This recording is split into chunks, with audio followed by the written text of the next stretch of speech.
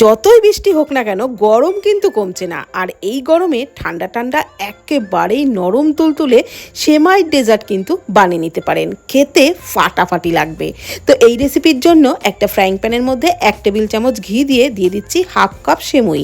আর সেমুইটাকে আমি হাত দিয়ে একটু গুঁড়ো করে নিয়েছিলাম, তারপর লালচে করে ভেজে নামিয়ে নিলাম। আরেকটি ফ্রাইং প্যানের মধ্যে 1/3 কাপ পরিমাণে চিনি দিয়ে এইভাবে একটু ছড়িয়ে চিনির ক্যারামেল বানিয়ে নিলাম। আর ক্যারামেলটাকে একটু তাড়াতাড়ি করেই কিন্তু একটা কেক টিনের মধ্যে সেট করে নিচ্ছি।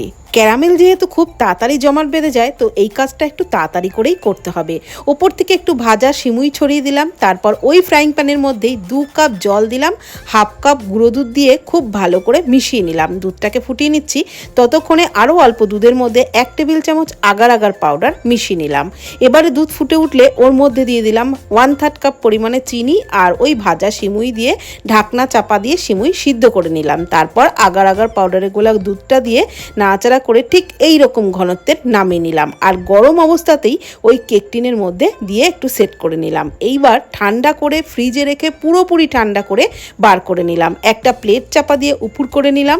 দেখুন একদম সহজেই কিন্তু বেরিয়ে আসলো, আর একেবারেই নরম তুলতুলে হয়েছিল এই ডেজার্টটা। অবশ্যই ট্রাই করুন, গরমের ঠান্ডা ঠান্ডা খেতে দুর্দান্ত লাগবে।